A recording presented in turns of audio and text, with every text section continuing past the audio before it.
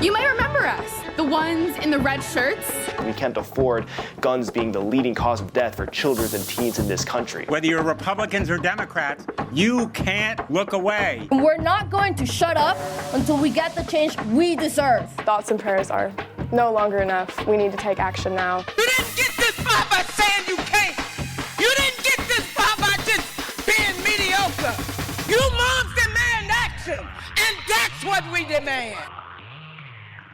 Welcome to Movement Builders, a show about the people ending gun violence in America, all of us. I'm Kaylin Ford. And I'm Nikita McDaniel, and today's conversation features two powerhouse women who prove that courage, conviction, and grassroots advocacy all run in the same family. Yes, we are so thrilled to be joined by Mia Tretta and Tiffany Tretta, a mother-daughter duo who have been part of our movement for a long time and who have advocated tirelessly for life-saving policies nationwide, including around ghost guns, the unserialized firearms that are increasingly turning up at crime scenes. That's right, Kaylin. Mia is a Students Demand Action leader and a survivor of a shooting involving a ghost gun. Mia does this work in honor of her best friend, Dominic Blackwell, who was shot and killed at Saugus High School in Santa Clarita, California, on November 14th, 2019. Mia is also a student at Brown University, and she was also on campus during a devastating shooting there on December the 13th, 2025. She's a powerful voice for change everywhere that she goes, from her campus to the White House Rose Garden, and we are proud to have her with us in this movement. And we're honored to be joined by Tiffany Tretta, an actress, advocate, and Moms Demand Action volunteer leader from California who has been on the front line of this fight for more than a decade. She brings her voice and her passion to this fight in so many ways. Welcome, Mia and Tiffany, to the Movement Builders Show. Yes, welcome, Mia and Tiffany. We are so excited to have you with us today. Thank you so much for having us. Hi, Yes. Thank you for having us. This is so great to be with you guys. We're so excited to have you here. Absolutely over the top excited to have you here. Mia and Tiffany, you are both incredible leaders in our movement, and we've got so much to talk about today. And I know that we've touched a little on where to start at, but I want to give you both a chance to go deeper. Tell us more about what brought you to this movement. Mia, why don't you go first?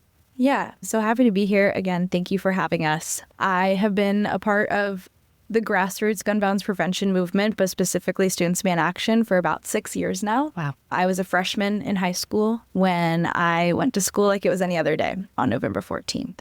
A student, an older boy I did not know, brought his father's .45 caliber ghost gun in his book bag that day and pulled it out before school had even started. He shot me and 4 others, killing 2 of them before turning the gun on himself.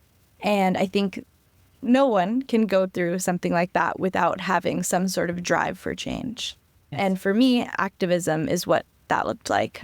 I kind of realized very early on that it feels the same whether I'm sitting sad in bed or out fighting, and making sure that this doesn't happen to other people. And I feel like for me, that's been a very important part of my healing, is being a part of Students Demand Action in Everytown and all of these different grassroots movements to make sure that we are fighting the good fight, to make sure that our kids are safe, to make sure that kids can go to the movie theater or to school and come home that day. So that's kind of what motivates my work, and I'm happy to be here and share that with you guys. And I'll pass it to my mom, who obviously has a similar reason for all of this. Thank you.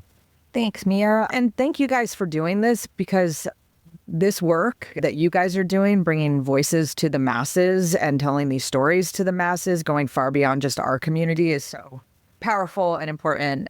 Our family, like anyone else, just wants the same things: our kids to be happy, healthy, and safe. And for years before a tragedy struck our family personally, we were not involved by way of volunteer work, but we were involved by the way a lot of families are, where you donate or you repost a post or you send a quick message to your local leaders. But in our head, we never really thought of ourselves as change makers because I thought you had to be directly impacted, or I thought you had to be somebody in Washington, D.C. to be able to make a change.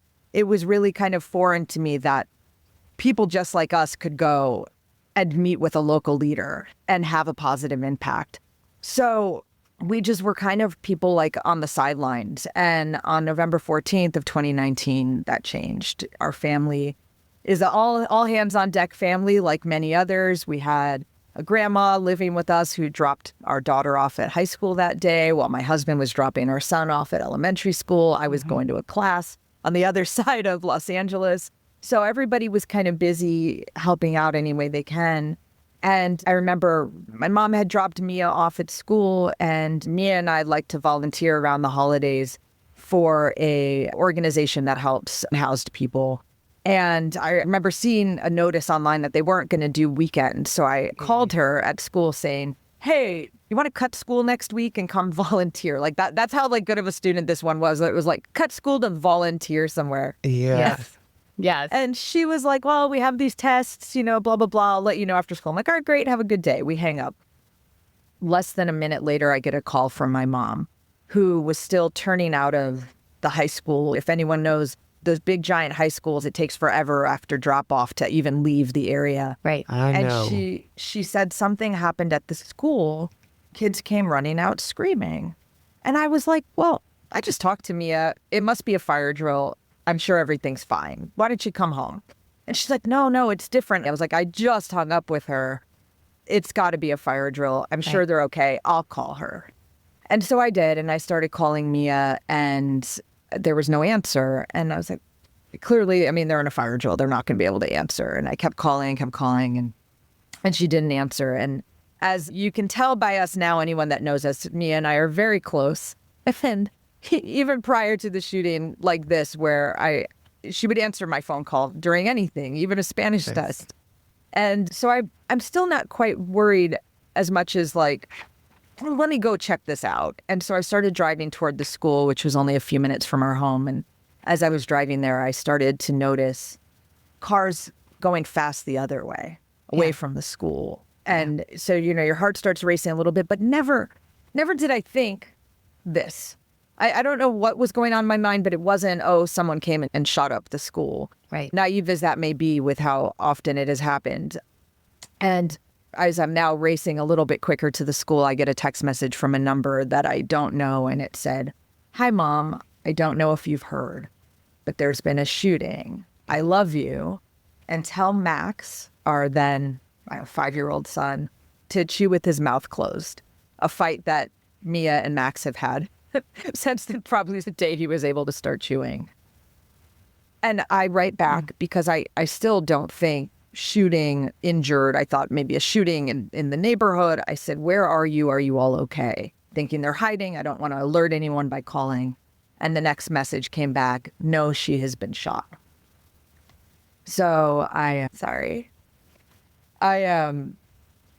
called the number at that point, and a girl answers, and my first response was like, is this some kind of sick joke? And they said, no, Mrs. Tretta. And of course, the sound of a young person saying your full name, instantly I'm like, oh my God, this might be real. He says, no, Mrs. Tretta, we're hiding in a classroom waiting for the police. Mia's been shot. We're with a teacher. And they asked if I wanted to talk to her, and they put her on. And she sounded shockingly normal, which we now found out, after knowing many doctors now and many survivors of these kind of things, shock went into her system right away.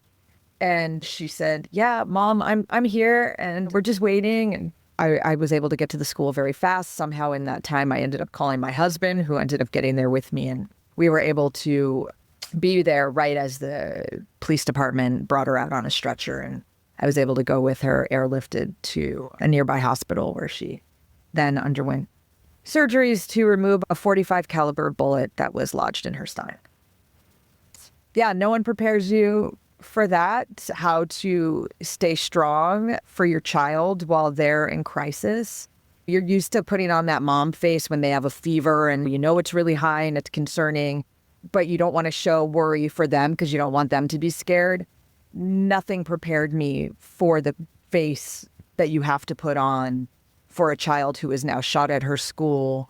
You're uncertain at this point of the whereabouts or condition of her best friend or any of what happened. Is there a threat still out there? Any of those questions, the face parents have to put on for these kids or family members is something you're not prepared for. But as you can see, Mia did survive, and we fight every day to try to make sure that no parents have the same story. I mean, I feel like it truly is any sort of trauma, but especially these types of mass violence is something that affects the entire family and it affects your entire community. I mean, even just that day alone, having this uncertain threat we know was gone as soon as the shooting happened. The threat was gone within 8 seconds, but people didn't know that. The fear was still there. There was rumors of him going towards my little brother's school and my little brother being on lockdown and who's going to go pick him up.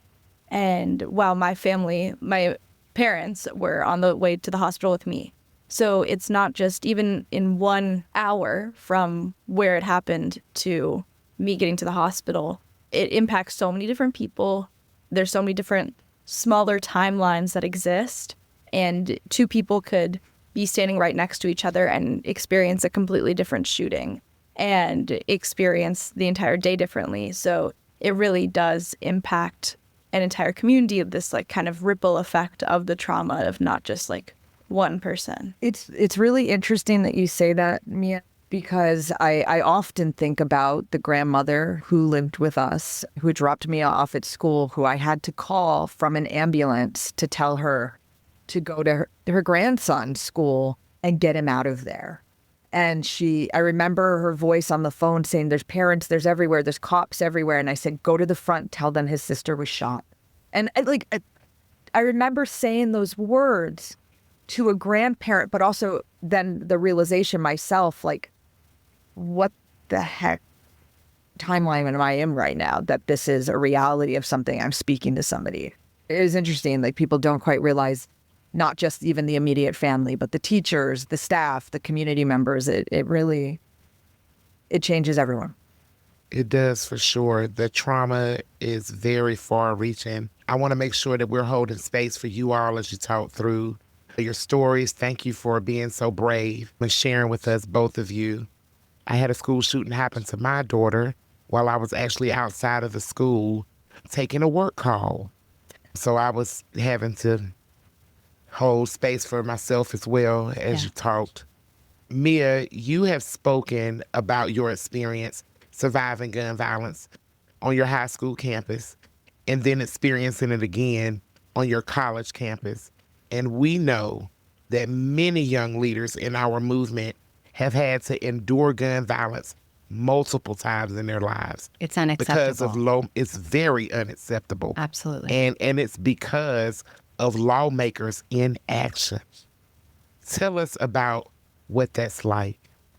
Unfortunately, we've seen time and time again that lawmakers are putting essentially anything else over kids' lives and community safety. Our gun violence rates are staying consistent, and it's not this random why. We know why. Yes. We know that legislators why. And politicians know how to decrease gun violence, and they're choosing not to.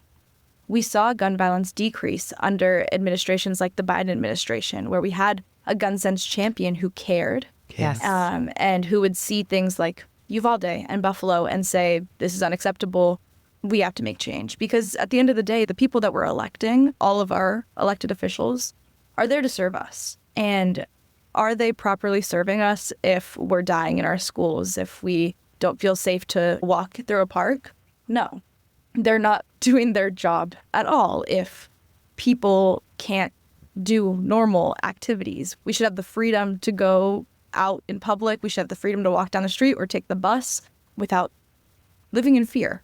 And I came to Brown, someplace that I was very excited to move across the country despite leaving my family, because I knew like it would be a great educational opportunity, as well as it was important to me to find a school that was in an area that cared about gun violence prevention. Rhode Island has made a lot of very strategic, very comprehensive strides towards gun safety. And that was important to me when choosing a college. I also cared about being on a socially active campus where I didn't think that people were going to be disagreeing with me when it came to gun violence prevention, something that's so foundational to me, no matter what political party they may be. So I was excited to be here, and I had been enjoying my 2.5 years. And all of us live in this kind of naive, innocent world where, it's never going to happen to me. And I've lived in that world twice. Once before the Saugus shooting, because obviously I was 15. What were my concerns really, aside from like school dances? And then again, it's never going to happen in my community again, because that would be crazy. And of course, it happens again because of government inaction. Despite all of the strides that we've made here in Rhode Island or in California or in Massachusetts, it doesn't particularly create this gun safety world when the rest of our country is falling behind. And when federally, we have an administration who doesn't care about gun sense. It needs comprehensive legislation, which we just don't have right now. And no matter how many strides Rhode Island makes, your community is only as safe as your country is. And if someone can access a high-capacity magazine 2 states over, we're still in an unregulated, unsafe environment. And I remember what it was like being in this room where I'm filming this podcast back in December, just a few months ago, and receiving hundreds upon hundreds of texts asking if I was in Barris and Holly, the engineering building, somewhere I was packing up to head to. And then suddenly it felt very real when we started getting phone calls from the school that you'd answer and it would just say, run, hide, fight, close all of your windows, lock all of your doors, push things in front of your doors. There's a shooting on campus. And we just kept receiving these phone calls. I was in here with my friend, and it was just phone call after phone call. And then he'd hang up, and then I'd get one. And then we received hundreds of texts, whether it be from teachers or students or from the university itself. And I know what that feeling was like. And that's as someone who was 3 blocks away from the shooting. And then I know what that feeling was like for hours being in lockdown, not knowing what to do, not knowing who even did this, where the person was, having to put all of your trust in law enforcement and it not working.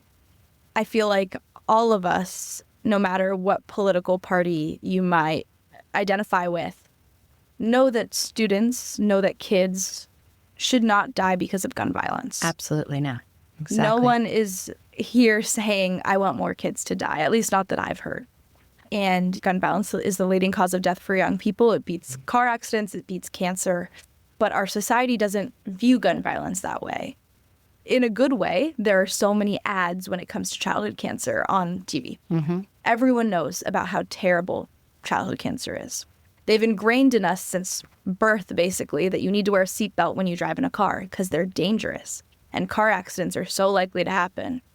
And they ingrain in you as soon as you turn 15 to never drink and drive because that's ridiculous. And you don't want to be a danger to yourself or others. But gun violence isn't treated that way. This cultural conversation around gun violence is almost non-existent. And it's because we've normalized it so much in our society. When Columbine and Sandy Hook and even Parkland happened, the world shut down, right? Everyone was turning on the news, feeling that like completely like heart dropped, right? And feeling how terrible it is. Everyone in the country was angry. How could we let this happen? This is a fluke in our system. This is never going to happen again. And we've lost that over the past essentially decade because week after week we see school shooting or mass shooting or even just interpersonal violence. You see kids on the news with accidental shootings. You see suicides across our country. And this conversation is stunted because of the normalization. Even here at Brown, lots of socially active people, lots of people who care about gun violence prevention, but people who are stunted because they don't think anything's going to happen under a Trump administration when we know that action can still be taken. And I just think overall the biggest thing that we need to fight back on is giving up. Because no matter who's in office, no matter who your governor is or who your senator may be that doesn't agree with you, there's someone who does. And if your legislator is not fighting for gun violence prevention, no matter what their other views are, Republican, Democrat, Independent. If they're not fighting for gun violence prevention, they're not fighting for you to stay alive. And at the current course in which our legislation has been going on, we are unfortunately waiting for every single person in this country to have had a bullet inside of them, have lost a family member to gun violence, have a empty seat at their kitchen table. And we need to stop gun violence before we get to that point. That's right. Yes. And I want to point out, Mia, that your courage and leadership are incredible. We are so fortunate to have you in this movement with us as a leader who is bringing that hope and bringing that sense of not giving up, because the world is a tough place right now. And there's a lot of folks who are tuning out or who are leaning out, who just feel overwhelmed and hopeless, and not in a judgmental way. You know, people are dealing with a lot. Yes. And I also want to bring it back to something that you said that was so powerful, that, you know, I don't hear anyone saying we want children to die, but also I want more people saying we want children to be able to live as children, to have childhoods, because going through these active shooter situations, being under a lockdown, even if you are not physically injured, that stays with you for the rest of your life, right? Those experiences, or just being worried that, as you said, a walk through the park or a trip to the playground or a trip to the mall or a trip to church or school is going to result in some sort of devastating violence is no way to live. And the rest of the world doesn't live this way. And when we look around at other countries and we have a gun violence rate that's so much higher than any other developed country in the world, we know a different future is possible. And I just want to thank you, Mia and Tiffany, for continuing to fight this fight, because we can change the course of history on this. We can live in a different country. And my big hope as a mother of an 8-year-old and a 4-year-old and someone who grew up in Newtown, Connecticut, is that someday we look back and say this was the worst that it ever got. And that this was the turning point where we said no more and things turned around, thanks to the work of Tiffany, you and Mia, because we can do better and we must do better, but we definitely can do better. And Mia, as you said, we can't tune out. We can't give up. We don't have that luxury, especially when people's lives are on the line. So thank you for sharing that with us. Yes. Thank you. I know. Thank you. To back on that, like the not giving up, I just recently was at our state's advocacy day with hundreds and hundreds of volunteers and survivors and community members. And, you know, everyone's voice is so important. I saw literal minds change in the room by hearing the survivor's story. And unfortunately, you get to hear me and Mia because we're very outspoken and we're always around. But there are hundreds of families that experience community violence every day, that have been through many mass shootings, who have lost numerous family members. And their voices, when they walk into a room and they talk person to person with the legislator, I've seen it work. I've seen the story where they say, you know what, I lost not just my granddaughter, but my daughter, my cousin, and see somebody go, you know what, enough is enough. Right. And no matter what it took that lawmaker to get to that breaking point, I saw it change because of the work that we do. And so it isn't a no-win situation, right? Like we have to chisel away at it, but it can be done.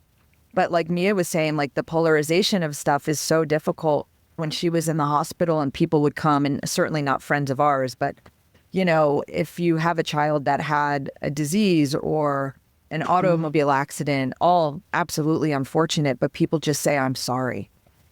When it comes to gun violence, they go, I'm sorry, but you know what could have changed it?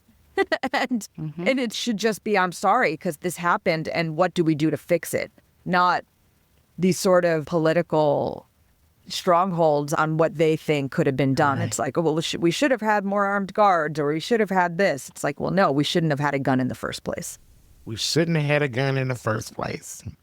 Gun violence doesn't happen without guns.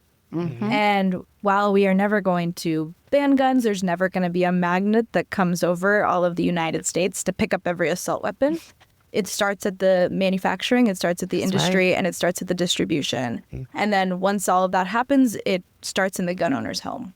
And there are hundreds of thousands of responsible gun owners in America who are not punished by the gun violence prevention bills we passed. That's right. That's right. And frankly, should not be impacted at all by the gun violence prevention bills that we want. A responsible gun owner should have no problem with stricter background checks because they could pass them easily. That's right. Yep. A responsible gun owner should have no problem with a 2-week waiting period because they don't need that gun for immediate mass destruction. A responsible gun owner should have no problem with red flag laws or laws surrounding 5150s because they don't apply to them. They're not going to hurt their spouse or hurt their child with a firearm.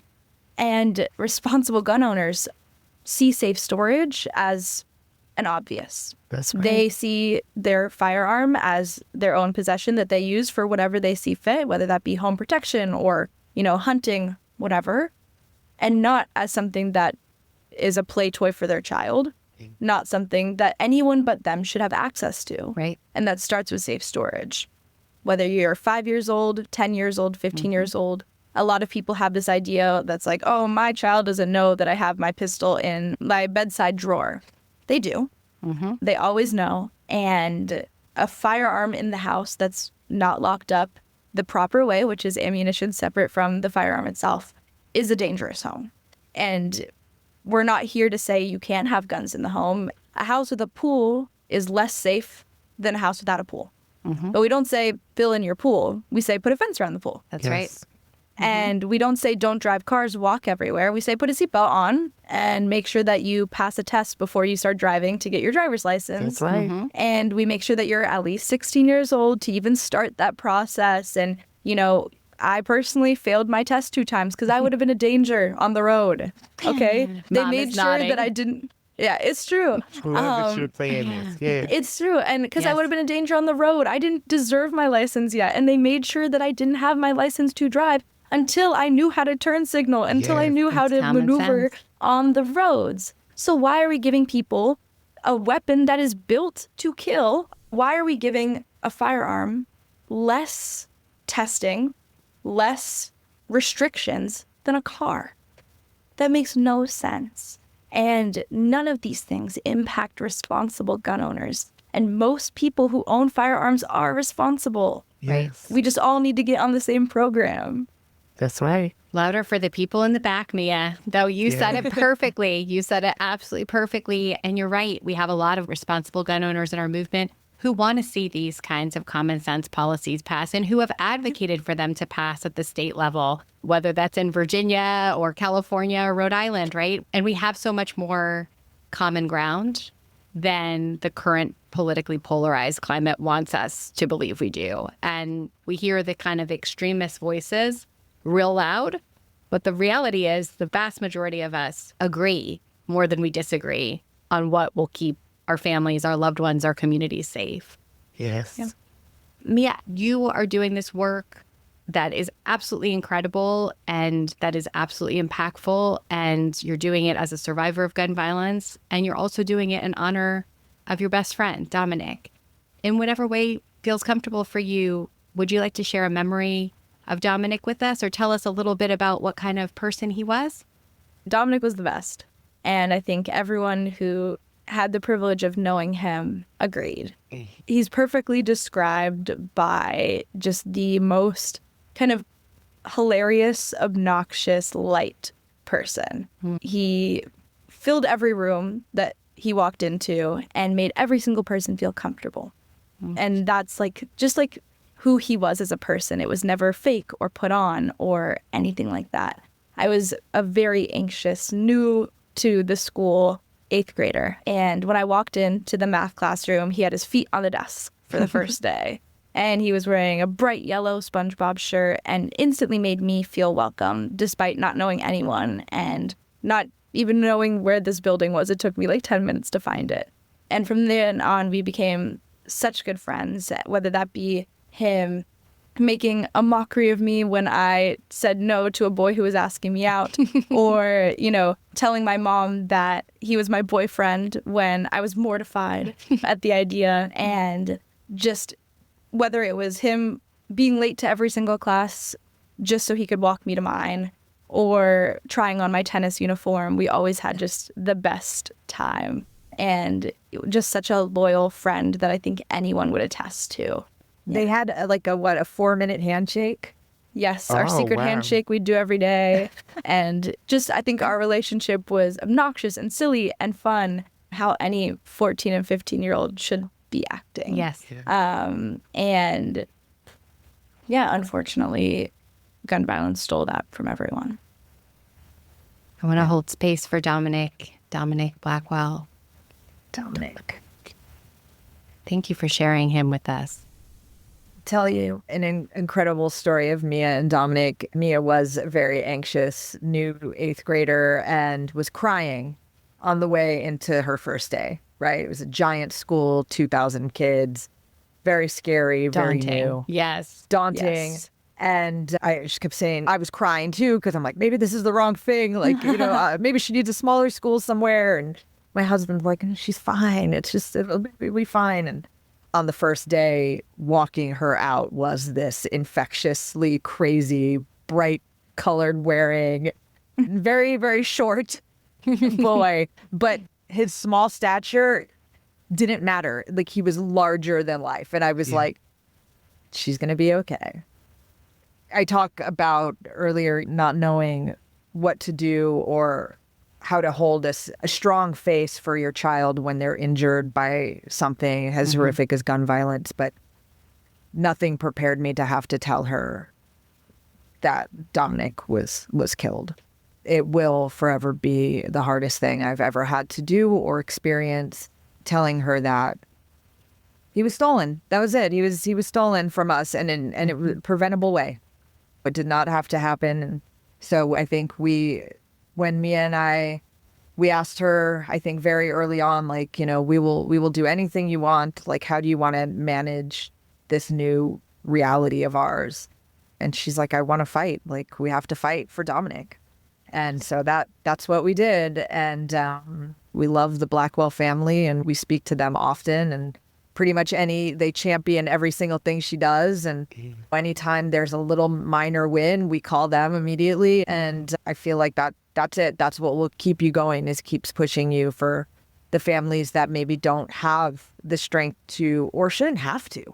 When you're grieving the loss of somebody, you shouldn't have to march out and go fight. Now, are so grateful the ones that do, but they shouldn't have to, just like Mia shouldn't have to. So That's right. We grateful for the support that anyone can ever give us when she's out there working hard. Yeah.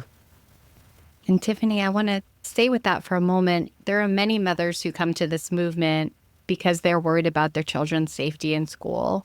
There are many mothers that come to this movement because they're worried about their children's safety in the community as well, right? Tell us what it's like to carry that experience with you. You both are incredibly brave and courageous for going out and fighting this fight, but you both have lived through something that no one should have to experience. What is it like for you as a mom, just seeing Mia go out in the world and being proud of her and excited for her, as any parent does, but also being worried for her safety? I meet a lot of people that say, oh my gosh, I can't imagine what you went through. But the truth is, you all can. And we all have imagined it. We've all imagined what these horrific stories are like. And they're exactly how you feel on the inside. They're terrible and they're hard. And you feel bad for feeling grateful. You feel the heartache for the families that have experienced this time and time again. You feel the heartache for communities that consistently feel this but don't get the press that, say, a school shooting does, or the mom who's at home afraid for her life because her dangerous spouse was able to have a weapon. Right? So you feel all of that. But it did always feel naively peripheral to me until it happened to our family. And now I'd be lying if I didn't tell you that anytime I hear a siren go by, my heart doesn't stop just a little bit if my kids aren't right with me. My son's middle school is right down the block, the same school that Mia met Dominic at. And I feel that same heaviness if I text him and he doesn't write me back right away. Or Mia knows, all her friends know, if her phone dies, they all better give me their number and text me immediately, because I have a problem now, right? I have a definite PTSD response to not hearing back from them right away. And I don't think that goes away. I don't think that changes. Does it get easier? I don't think so. I think you learn to cope in different ways a little better. Instead of me freaking out and yelling at her, why didn't you call me back? I may just text that in all caps. Yeah. So it's hard. It's difficult. And, it's very life-altering, life-changing. It changes the way we do anything, like going to the movies where now, you really feel the need to sit on the end closest to the exit. You're much more aware of your surroundings and much more aware of the people we surround ourselves with. And asking those questions, asking those hard questions when my son goes to play at somebody's house who's new. It's like, hey, look, it may be a little weird, but I just need to know, are there firearms in your home? And if there are they locked up? Right. And safely away from my kid. Because even though our 12-year-old son is grown up now with gun violence prevention in every scope of his life, between the work I do, Mia does, my husband does, he's been to marches, he's been to events and speeches, he's still a 12-year-old boy. Right. He's still a 12-year-old boy that maybe could not differentiate the difference between a Nerf gun and a very realistic looking play toy or a firearm, right? So our actions have changed. Everything in our life has changed because of this, and the people that we meet and surround ourselves by, and some people that we're so excited and grateful that have come into our lives, survivor families that have come into our lives that are so inspiring that I go, okay, if they can keep going, so can we. Right? If they can get up and get on this call, even though it's hard, so can we. And we're grateful for the support that we've had in places like Everytown and moms and students and the survivor families that we've met. And the families that have never experienced gun violence at all that still show up every day to make a change. Like we said, we hold space for the truth. And your truth matters here. There will be listeners that will definitely resonate with this truth. So thank you for sharing how you did. And with that being said, the next question is for you, Mia. The horrific shooting at your school actually involved a ghost gun. Can you tell us about those deadly weapons, what they are, and the progress that we've made fighting to get them out of our communities? I was shot with a .45 caliber ghost gun, and for people who don't know, ghost guns are also commonly known as 80% build kits, but essentially what it is a completely unserialized gun, whether that be a gun that the serial number was kind of filed off from, a 3D printed weapon, or something from an 80% build kit. And for a long time, these were not seen as firearms. They were seen as pieces of metal, despite being fully functioning firearms. They didn't require a background check, a waiting period, anything that a normal firearm would need. These kits didn't require. All you really had to do was go online, put in your credit card information and your address, and it would get shipped to you. And in a matter of under an hour, 30 to 45 minutes, someone could put together this fully functioning firearm like IKEA furniture. Drilling some holes, usually about 3, depending on the gun itself, filing out a cavity, and it would be deadly. And for so long, these went completely unregulated, completely kind of under the radar of most advocates and legislators, because it was such like new emerging technology through a loophole in our system. And we started seeing these ghost guns pop up across America, especially becoming the weapon of choice for people who couldn't obtain a gun on their own, whether that be white supremacists, criminals, people who intended to do harm without it being traced back to them. Right. So these ghost guns are made for criminals. They are not made for hobbyists or hunters or people who just want home protection. And obviously, to me, my family, and to so many advocates across the country, this was crazy that this was able to happen. And ghost guns, at least at the time of my shooting in 2019, were not common. And a lot of my beginning advocacy was educating people, whether that be advocates or politicians, about the dangers of ghost guns, about the fact that they were rising, and that sort of turned into legislative action.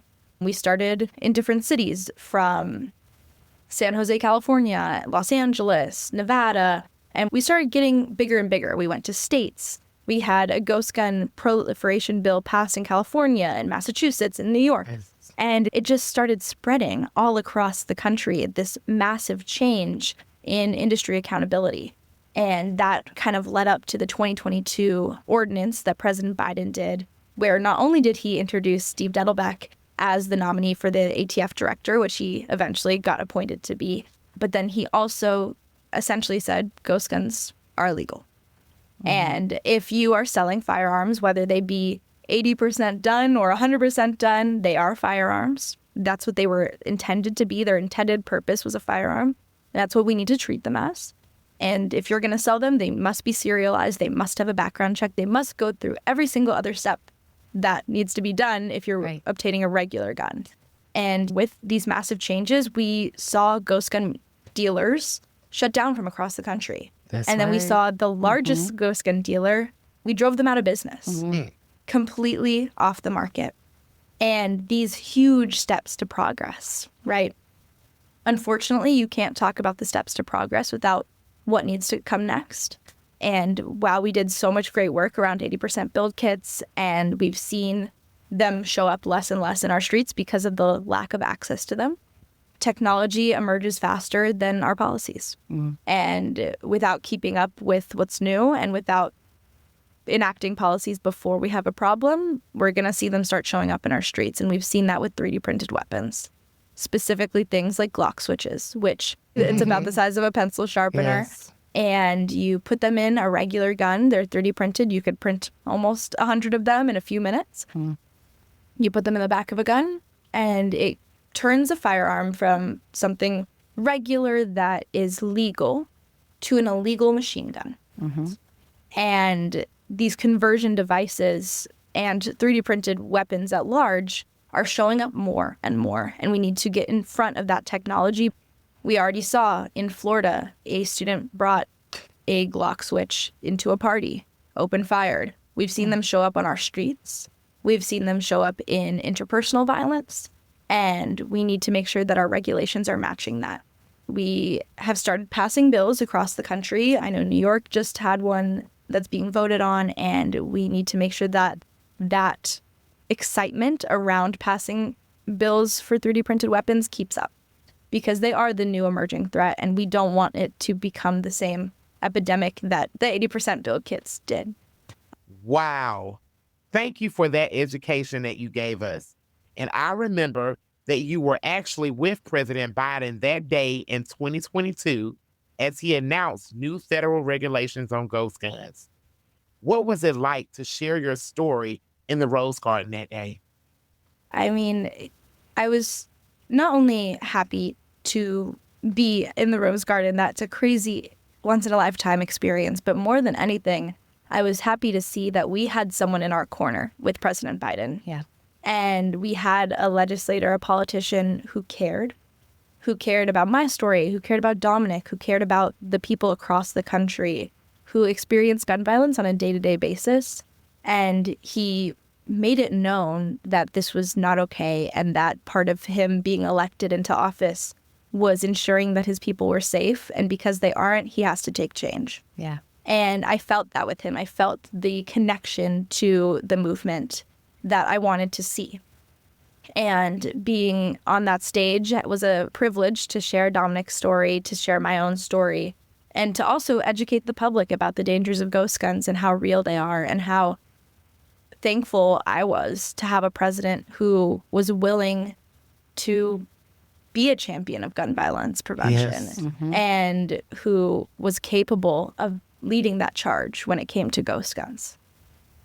It was so interesting to stand in the Rose Garden that day watching our daughter speak and talk about her story and Dominic, but mostly seeing how important a leader, like a president's words can be, or also how dangerous they can be.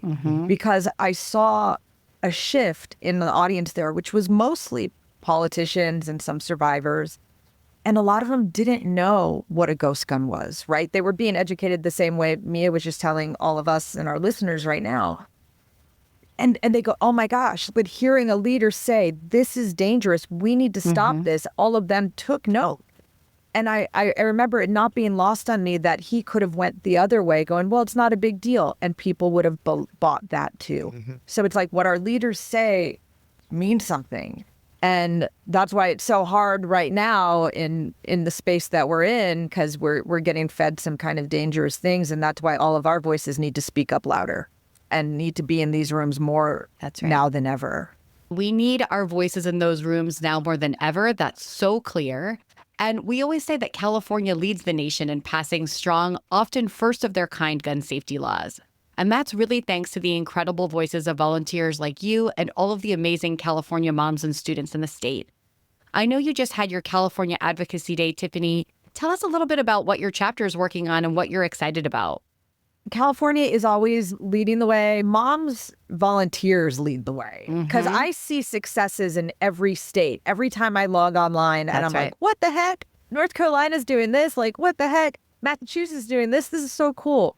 And it's incredible work. It's like we've talked about this whole time. It's like we cannot give up, right? Like the more opposition we have, the stronger we have to fight and climb. That's right. But California, one step ahead, always trying to put a stop to our 3D printed guns, right? So many great bills being brought forth here in California to stop that. Like Mia said before, what we were doing with the 80% builds was such a huge step in the right direction. But unfortunately, we are not ahead of these emerging threats, which we're 3D printing guns.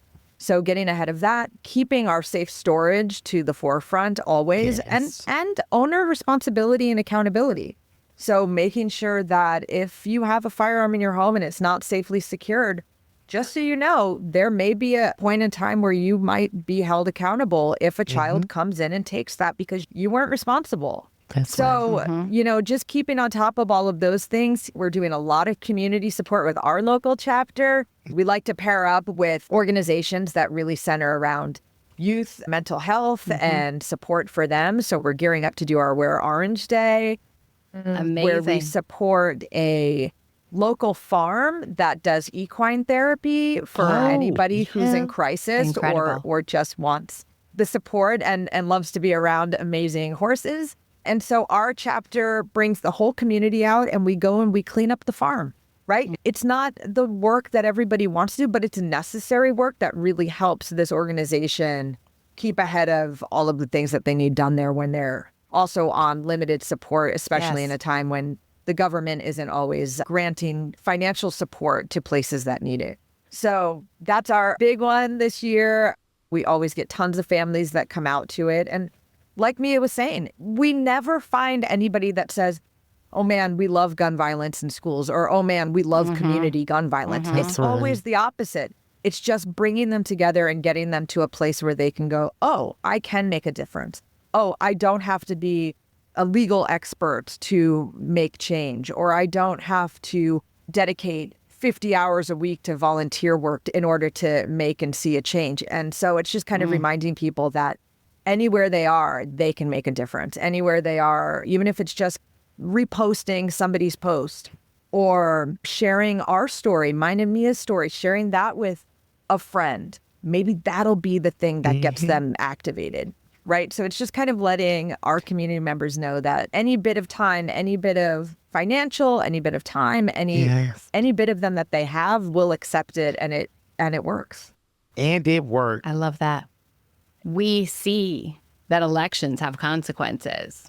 Do we see it at this moment, right? And maybe the folks who didn't realize that elections had consequences now are seeing that elections have consequences.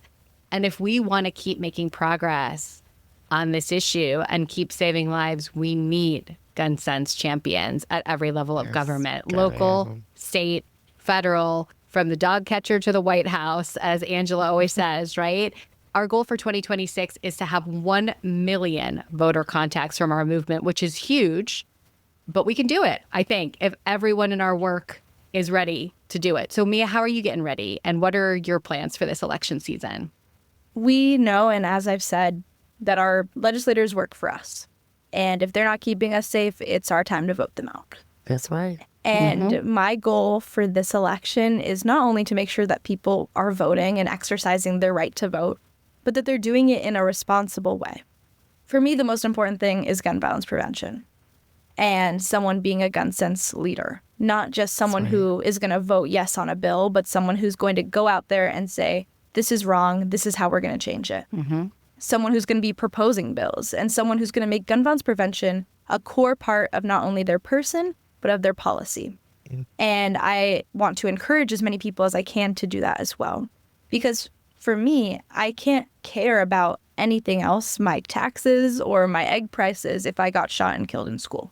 That's right. And if they're not putting the lives of people and people's right to be alive before anything else, what are we doing? Thank you, Mia. That is so powerful. And now we want to ask your mom. So, Tiffany, how are you gearing up for the midterms?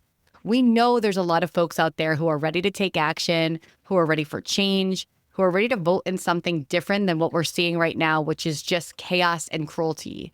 So how are we going to reach out to make those 1 million voter contacts and get those folks to turn out? It sounds like a daunting task when you say that, right? But it's not. Like, look at all of the people that you know just in your inner circle that believe the same things you do, right? They believe that we have the right to live free of gun violence. We believe that every human, no matter what color of their skin, has the same right to a free and fair education and communities that are safe, right? We know just in our own bubbles this amount of people. Now let's extend that by one person each, right? Now that bubble just got bigger and bigger. So it's like taking smaller steps makes it feel less daunting. Maybe talking to that one neighbor that you're sure thinks on the other side, and then finding one thing you can agree on, right? And then you go, okay, we built that bridge. Now what else can we expand upon? Because I don't know. I think when we look at this very dangerous place we're in right now with our administration, we're going to find a lot more people that agree with us than don't. Absolutely. And they just need to be led to the right places. And sometimes that's as simple as us just kind of putting our hand out and saying, hey, jump on this call with me. Hey, you know, can I come talk at your PTA meeting next week? Hey, can I come to your women's wine night, you know, and talk to them about how they can get involved? Because so many people I know, they want to help. They just don't know how. That's right. It's just letting people know that you don't have to be a multimillionaire to make change. You don't have to be an expert on these things. Let me tell you, Mia and I were not experts. I knew not one thing about firearms before my daughter was shot. Right? Not one thing. And I say this to our groups all the time when I'm like, don't feel discouraged coming to Advocacy Day because you don't know all these bills. I don't know all these bills. Sometimes I read it off of a sheet, right? But it doesn't mean I don't believe it. Right? I don't have to be an expert. I'm not a lawmaker. I don't have to be an expert on these things in order to believe what I'm saying and to try to get somebody to say that they're going to commit to making a difference. Yes. So I guess the long story short of that is just kind of reach your hand out to a neighbor that you aren't sure where they lie on the fence politically and see where you guys can find common ground. And then hold events, right? They don't have to be big. They don't have to cost a lot of money. Invite a couple friends over for dinner and say, like, you know, hey, what are we going to do in our community that's going to get these guys out and get some good guys in? You know, I held an event here for our local congressmen, right? They weren't for rich friends. They weren't for millionaires. They were for normal, everyday moms that were like, you know what? I'm going to come and knock on 2 doors for you this weekend. Maybe those 2 doors are what won them the election, right? Yes. I'm going to put a bumper sticker on my car. It may seem trivial and stupid, but that might make somebody go, oh, you know what? There are people in this community like me. I'm not going to be afraid to put that sign up in my yard. During the last election, when we did not win the presidency, I went around to all our neighbors that had Kamala Harris signs on their yard, and I gave them notes on their door and said, you're not alone. Come, this is our address. Like, you need someone to talk to. You have friends and allies in this community. Right? And now we've become this like pod of people that hold, you know, events, and that I can invite them to mom's events. And I know that I have people in our corner. So it's like, sometimes as simple as that. Throw a note on somebody's door like, hey, I think you're cool. I like your sign. I love that. This is why you're my best friend. Oh my gosh. This You're is mine. amazing. And we have an Art of Gathering toolkit available for our leaders based on the principles of Priya Parker, who is an event expert of having intentional events. And, you know, Tiffany, everything you just said is exactly right. And exactly what we want to build is that sense of community and creating a place for people to come together and talk about the things that matter to them, whether it's over making a craft or over dinner, or like you said, over a wine night, going for a walk with some folks and helping educate them about this issue. All of those things matter. And that person-to-person contact is really what makes the difference. It is. That's what makes somebody want to show up at the polls. That's what makes somebody believe that their voice matters is hearing from an actual human being. So thank you for doing that work. Thank you for leading the way. And thank you for sharing your incredible daughter with us who's doing that work on her campus and beyond. Oh, no, thank you. And thank you guys and all the moms out there. I have had this conversation with Mia many times where she's like, man, I walked into this event and I saw the sea of red shirts and I felt all right, you know, and then I'll have mothers and others texting me photos like, Mia's here, we got her, you know? And some of these are people I've never met in my life, but maybe we only champion each other on Instagram or Facebook. But I always know that she's going to be okay. And it's because Shannon Watts started it and everyone picked up the reins that has created this community of people that we all know that we can be in a safe space when we see each other. You just don't know the inspiration that you have brought to my heart and soul and spirit. All right. So our next question is my favorite one. We take pride in asking all of our podcast guests. So both of you are busy women. How do you make time to take care of yourselves while doing this work? Yeah, it's difficult work for anyone involved, especially from a survivor standpoint, but always happy to be here and always happy to share my story if it means that we're going to be moving in the right direction. But for me, a lot of self-care looks like calling my mom. Yes. Or talking to my family. I do fun things at Brown aside from Students Demand Action, which I think is very fun, but also very unserious things, whether that be a cappella, which I've done since the beginning of my freshman year, or I'm playing Drake's mom in Drake the Musical. Just very unserious things when, you know, your work is so serious. And I just talked about this with someone yesterday that, like, if all of my life is gun violence prevention, right? If that's what I am dedicating so much of me to, that's very serious and that's very hard and that's a lot. So I have to kind of counteract that with being a little bit unserious in my day-to-day and a little bit unserious on the not gun violence prevention front. And that's kind of my version of self-care, is making sure that I still have time to be a normal person and not just a gun violence prevention advocate, even when I know that I'll bring GVP work into my everyday. Okay, you passed the test. And also, I will just add that don't be surprised if next time I see you, I'm like, bust out with the a cappella version of your favorite song.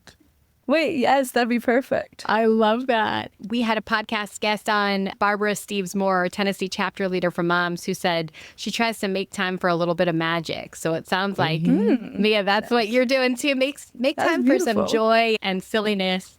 All right. Mia is making time for magic. What about you, Tiffany? What do you do to take care of yourself in this work? Well, thanks for asking that, because this is hard work, right? This is hard work. You don't often see the fruits of your labor immediately, right? It's sometimes, you know, you fight to get certain things passed and it may be years down the line when it happens. But for me, it's like taking the advice that we've always given our daughter. Like when she wanted to start advocating, we said, look, whenever it's too much, stop.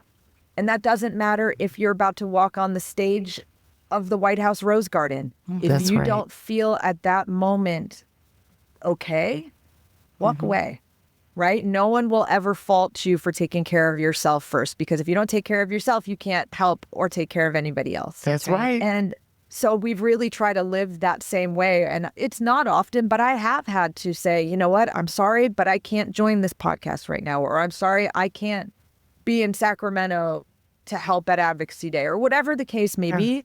If you're not feeling centered or good enough or whole enough in yourself to fight for other people at that moment, right? You got to take care of yourself. And if that means taking a break to do what Mia does, like sing a cappella, or me, I have a fun thing that I love to do, which would make other people need a mental health break. I actually thrive in it. I love planning trips for people. I love booking hotels. I like booking trains and planes and finding the best course for them to go and the cheapest flight. And I'll have 3 things open, like a hacker, to find the right, where some people that would drive them mad. Right. I love it.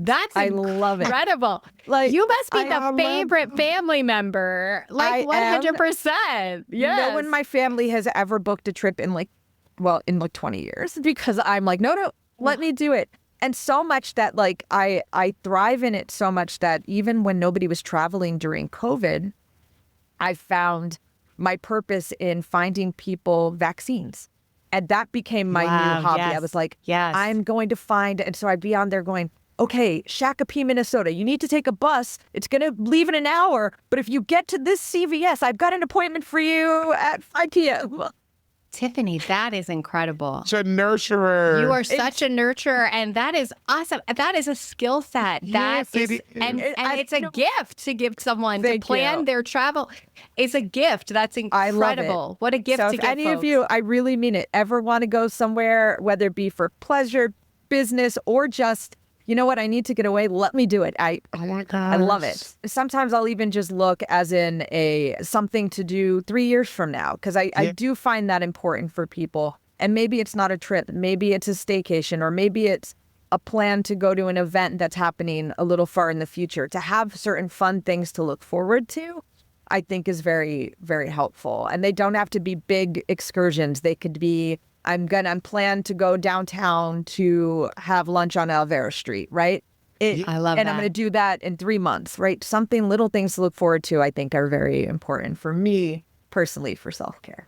Oh my gosh. And that's what we need to do. We got to be able to plan to get away in some way, and just to see that you do that for yourself and also others. I love it. Like, it's amazing.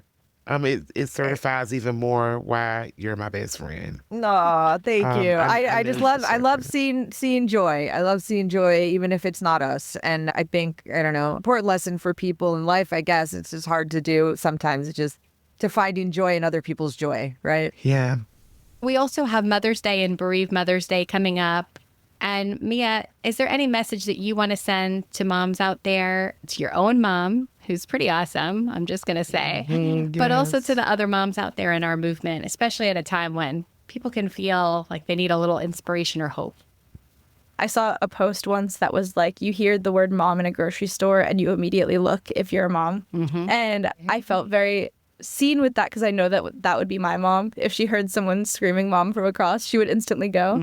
And I feel like mothers and people who fill that role in their lives take on such a big piece of caretaking for the family, and especially in a survivor family, being kind of that emotional rock, whether that be the person who is making all the doctor's appointments and knows all the doctor's names and phone numbers, and making sure that everyone is exactly where they need to be at a certain time, to, balancing triggers that are weird and different, and balancing the change from pre and post shooting.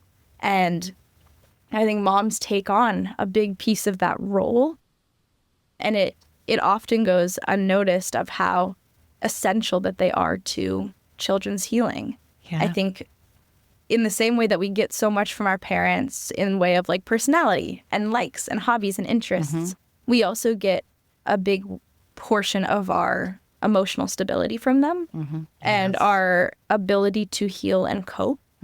And without a good foundation of parents and mothers specifically, you are never going to learn how to properly cope if you don't see that happen in the home, if you're not taught by example. And I think for me, if I didn't have the family support system that I have that teaches how to move on from these things, that we can't fall apart, maybe I would have. And I think that all moms, but especially moms of wounded victims of violent crime, take on an extra special role that, maybe they didn't sign up for, but are necessary.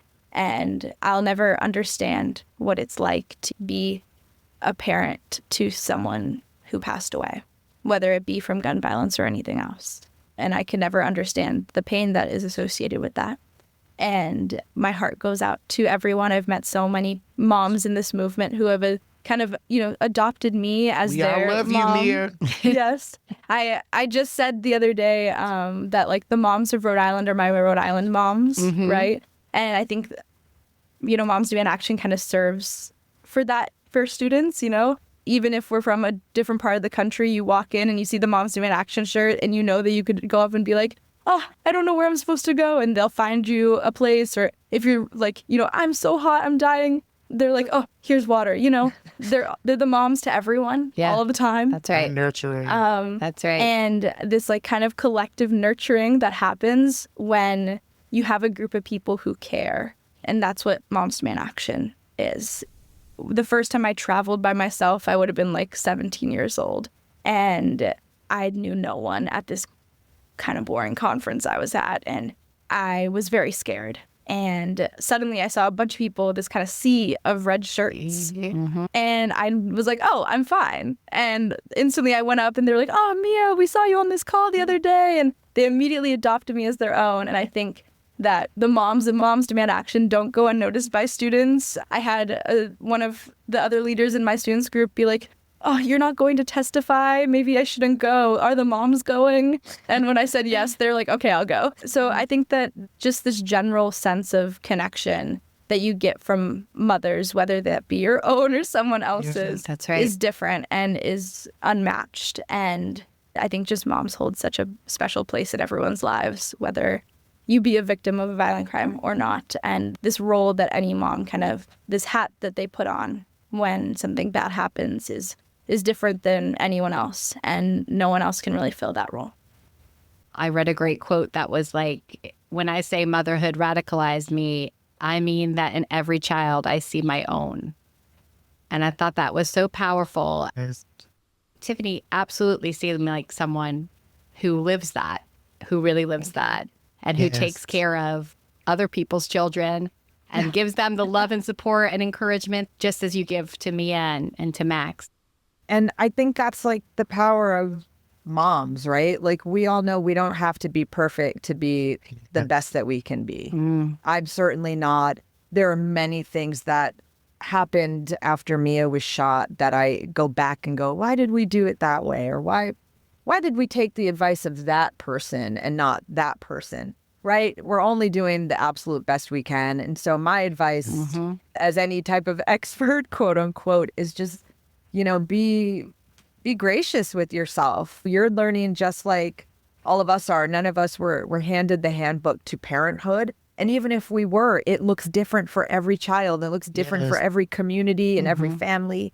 And certainly looks differently for families of survivor children, right? Like I know people who have children who were shot who have a very different trajectory than Mia has, and they have a very different outlook, or they had very different healing process, or things that worked for them definitely didn't work for Mia, or vice versa. So it's like, be careful with yourself that you're not hard on yourself because you maybe think you didn't get it right, right? We're all just doing our best. And the one thing I can say about like, whether it be the mom's volunteers or your mom's group of friends, just support each other. We're all just a work in progress. I've had to say that to Mia in the past where it's like, I'm new to this too. We only can do the best that we can do. And for the mothers that are in this movement because they have lost someone, there are no words other than we love you. We are doing this work for you and we'll always be there to honor your loved ones like we will Dominic Blackwell and Gracie Muehlberger. And to know that we are always grateful when you show up in the movement to share your story, but know that if you can't, we will always try to pick up your loved ones for you. And we're just grateful for any time that they can give us and are always there to share the names of their loved ones when they can. Beautiful. Yes. You are incredible. Thank you so much for having me. Thank you for being on the podcast. Thank you for joining us with your mom, sharing your mom with us. Yes. I know I almost didn't want to, I know. I have all mine. Keep royalties. I know. I'm greedy. You just said that the moms need to share, so I have to take care of students here. I know. Thank you for being on the podcast with us. Yes. Thank you for having me, and I happy Mother's Day to everyone out there who the term applies. Y'all, Mia and Tiffany are pure inspiration, and I am going to carry their wisdom with me into my work and into my community. Me too, Nikita. And I'm ready to follow their lead in building the teams we need to get out the vote this fall by reaching out to the folks in my circle and just beyond it.